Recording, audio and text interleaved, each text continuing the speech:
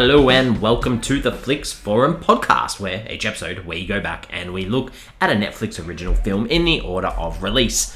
This episode we have Netflix 255th film from 2020. It's the psychological thriller Fatal Affair. It's directed by Peter Sullivan and stars Nia Long, Omar Epps, Stephen Bishop and KJ Smith. I'm Jesse, I'm here solo. Hope you are looking forward to this episode. If you wanted to check out the film called Fatal Affair, give us a pause and come back later on because I will spoil parts of it at various stages in this chat. We do kick our show off with the Fast Flicks, where we do a quick little summary of what the film is all about. And this one it's a woman who is reacquainted with an old friend, but he's after more than just friendship. Ooh, intriguing. Hopefully that intrigues you. Let's work out. Let's have a chat about how this ended up on Netflix. What can we find out about the film? For this one, we go back to October of 2019, where Deadline reported that Netflix had partnered with Hybrid Films, with Peter Sullivan directing the project. Nia Long, Omar Epps, and Stephen Bishop were attached to star in the film, with Sullivan and Rashid Garner writing the script.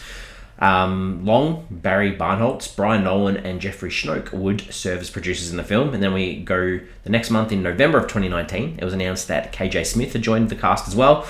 Principal photography kicked off in and around LA in 2019, and bits and pieces of California as well, I think in Malibu as well, a lot of the interiors too. This one around the world, in Spanish, French, Chinese and Portuguese, it's called Fatal Encounter. In Greek, it's called Fatal Bond. In Hungarian, it's called The Deadly Relationship. In Italian, The Dangerous Relationship. In Japanese, it's called Temptation is the Scent of Death. Ooh, I like that. Polish, it's called Fatal Romance. Romanian, it's called Fatal Escape. Russian, it's called Dangerous Connection.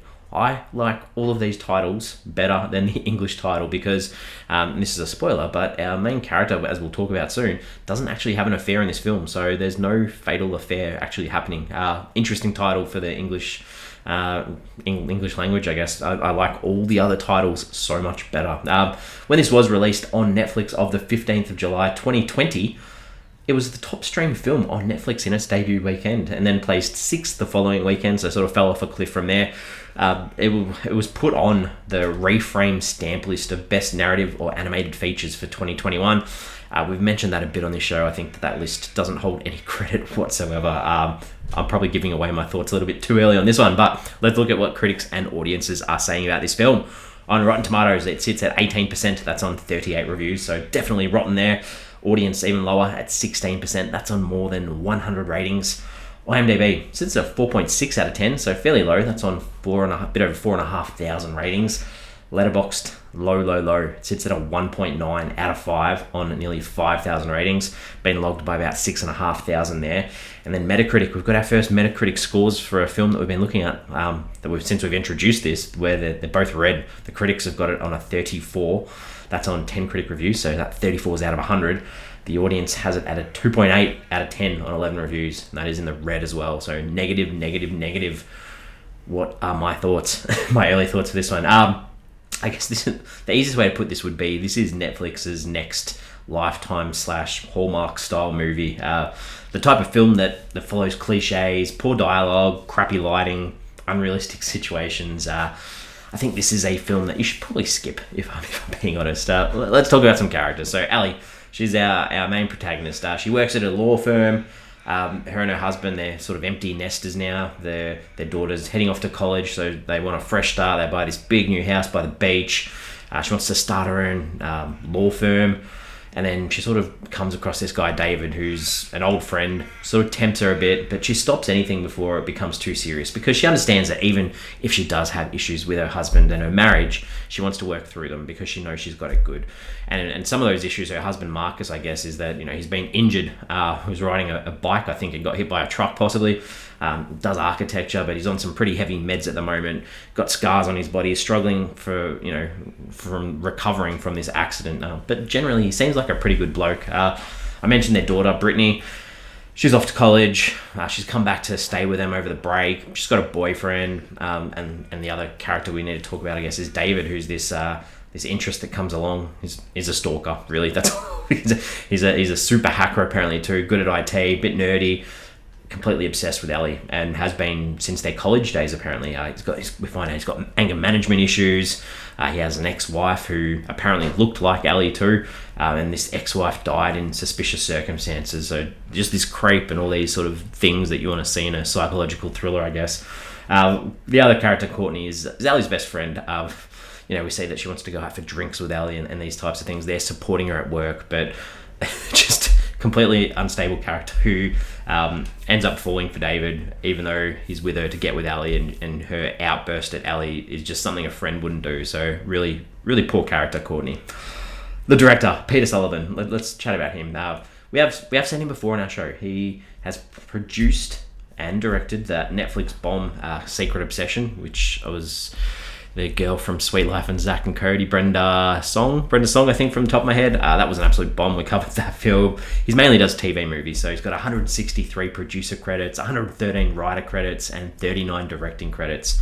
I did find this nice little fact about him though. Sullivan, the director, he was diagnosed with a severe hearing loss as a child, and with the assistance of hearing aids, he speaks and read lips fluently, or lip reads fluently, and he's expressed his personal challenges and journey with his work. So I think that's a nice little story. I'm sure he's made a lot of money from the 100+ movies he's been involved with, and I'm happy for him. I think that's nice little story. Let's talk about some scenes in this film that I liked, and then some things that I didn't like. So I think that there are some moments between Ellie and Marcus, husband and wife, when it's revealed what's happening between Ellie and David, and I think they were played out nicely.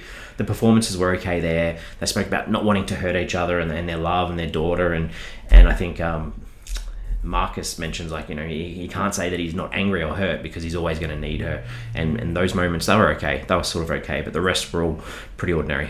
We'll start off with when we first meet David, and he rocks up at Ellie's work, and they're sort of sitting at this big office table, this desk in this meeting, and she drops a bit of paper, and he sort of picks it up for her, and it's like their hands sort of touch, and it's like this meet cute almost. so late. David and Ellie, they end up having these drinks at this club, and it gets a little bit steamy, which was a little bit weird to start off with, and then she sort of realizes, I can't be here. She gets in a cab or a car, Uber or whatever it is, and we have these sort of flashbacks of the moments of it with him and her in the bathroom, and she's sort of rubbing her hand over her lips and her breasts thinking of him, and then as soon as she walks in the door, we get this shot of their family photo. Just it was pretty funny.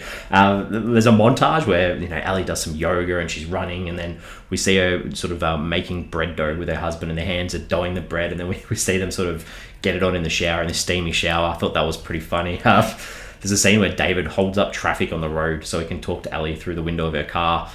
I just don't know why we needed that. David cracks it at Ellie at one stage because she's sort of saying, I can't be with you, I can't do anything with you. She's returned this gift, this vinyl record that he'd given her, and he sort of loses his temper a little bit and says, who are you talking to, Deborah? And she's like, who's Deborah? And it was just so funny. I couldn't believe that the actors could keep straight faces, because as an audience we know that this is obviously his ex-wife, but it's sort of like a red herring as well, because I don't think he actually liked her anyway. So that was funny.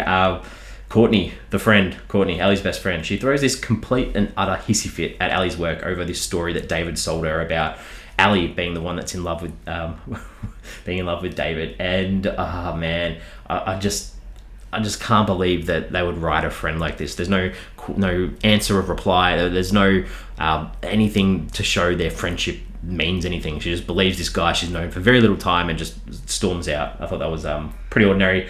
This is David. He's a full stalker. He breaks into Ellie's house and he goes into her underwear drawer and takes a pair and smells them. I was like, come on, no. And I'm not sure, I may have misread it, but I feel like he took a piece of her hair as well. Weird. We see Ellie, towards the end, she gets a text from Linda, her co-worker, saying, I need you to come into work to sign some papers. As an audience member, it is so obvious that this is David setting something up, and I don't know if it was needed. And finally, David, at the end of the film, we see him, he gets into the house, he's tied up Ellie's husband and daughter, and he's got the record playing, the smashed one that he broke and he was so angry about. Apparently he's fixed it and it works. Weird. Themes, ideas. What was this one saying?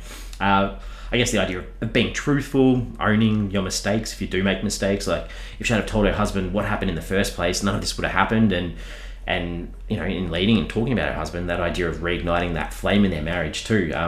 by not having some ridiculous stalker follow you. You can do that in better ways, by being honest, being upfront.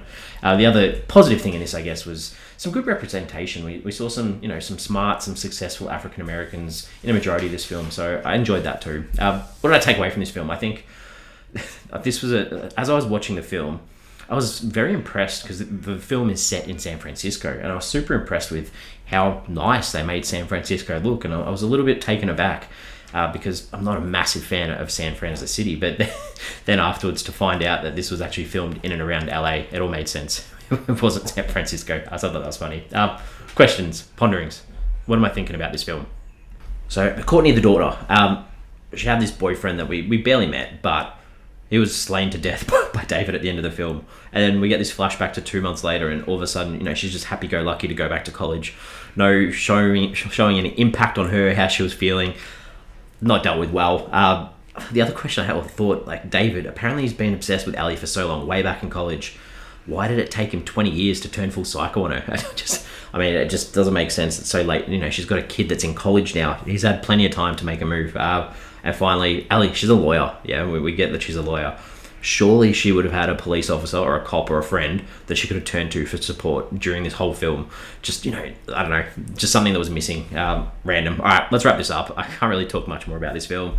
It's we give the film a rating out of 5. For me, there's very little to recommend about this, I guess, unless you want a sloppy thriller to sort of chuck on in the background without needing to focus too much. And it's not the cast's fault. They're not given an awful lot. But this film, it just doesn't add anything new other than, playing on those same old cliches that you see. So I'm giving this a 1.5 out of 5. Pretty low from me. We're on socials. We've got Twitter, Facebook, and Instagram.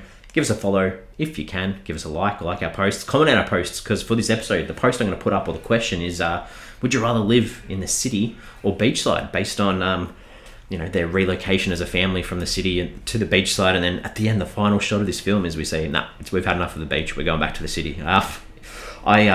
Interesting. I like the beach, do like the beach, and I like the city. I don't know, if I could have lots of space in a place in the city, I'd like it, but I'm not a big fan of a cramped up little apartment, I guess. So space for me, wherever that could be. We're back next week. Next week, we have another film for you. It's from 2020. It's an animated adventure called The Lava Island Movie. This is directed by Boyoung Wook An and stars the voices of Hong Bum Ki, Kang Shi-hoon, and Eddie Lee. Interested, intrigued. I've seen the poster for this film, I know it's a TV show as well, I think. So interesting to check this one out. Give it a watch, and we'll talk about that next week. As always, thanks for listening, and we'll see you then.